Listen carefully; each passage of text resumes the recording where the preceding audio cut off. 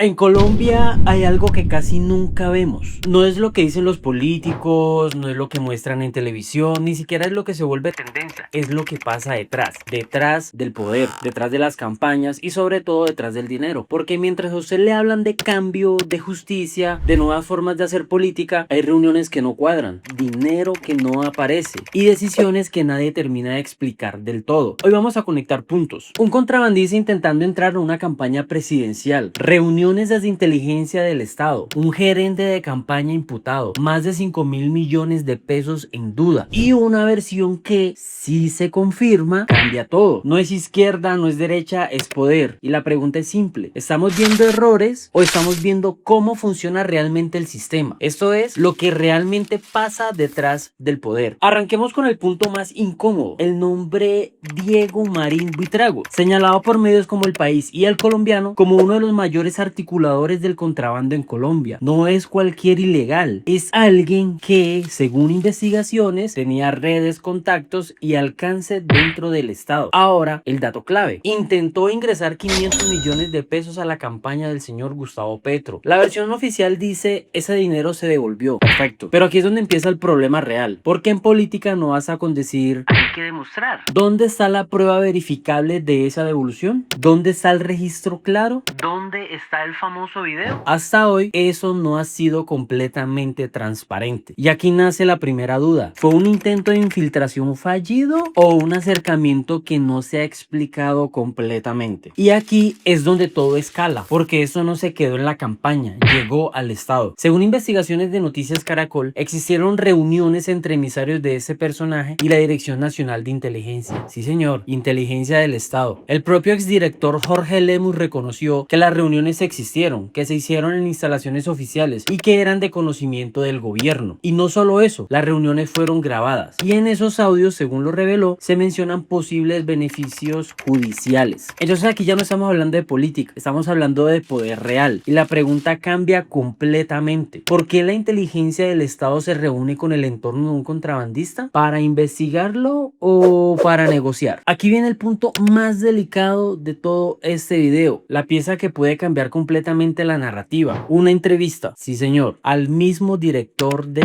inteligencia. En esa entrevista le hacen preguntas directas: ¿quién se acercó? ¿Quién es el contacto? ¿Quién conectó a ese entorno con la campaña? Y la respuesta es incómoda, porque pregunta algo que nadie esperaba. Y la respuesta es incómoda porque apunta directamente a una persona que los entrevistadores no se esperaban. Sí señor, a un periodista de Caracol. ¿Viene del gobierno? Es decir, ¿el abogado buscó a alguien del gobierno y le avisaron a usted?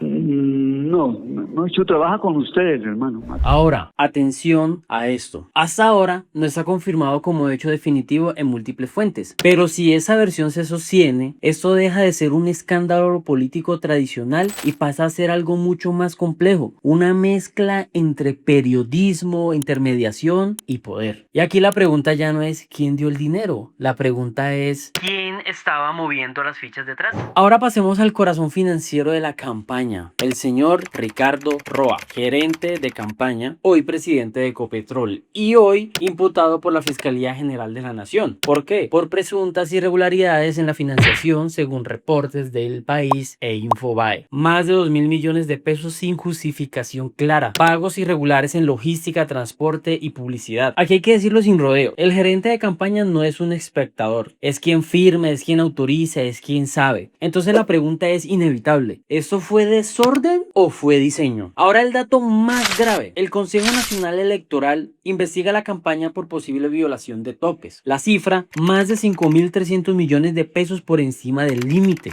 es lo que reportó El País. Y aquí te lo explico fácil: si gastas más dinero, tienes más visibilidad, más ventaja, y eso rompe la igualdad. Entonces la pregunta que nadie quiere responder es: si eso se confirma, ¿se compitió en igualdad de condiciones o hubo ventaja? Pasemos ahora al terreno más gris y traemos a colación al señor Abelardo de las Priella, de quien ya hemos hablado en este canal. Se han anunciado posibles interceptaciones, pero aquí hay algo muy clave. Algunas versiones indican que ciertas interceptaciones habrían sido autorizadas dentro de procesos contra terceros, y en medio de esas investigaciones aparecen cruces inesperados, conversaciones que tocan actores sensibles del sistema, incluyendo sectores relacionados con procesos electorales. ¿Casualidad? ¿Coincidencia? ¿O el efecto colateral de investigaciones más grandes? Aquí no hay una verdad cerrada, pero sí hay una certeza. Cuando inteligencia, política y elecciones se cruzan, la historia nunca es simple. Porque aquí se hace una mención honorífica y categórica en el cual se dio la denuncia de esas chuzadas. Y es que al parecer fueron autorizadas las interceptaciones contra los hermanos Bautista, los dueños de la empresa Thomas Green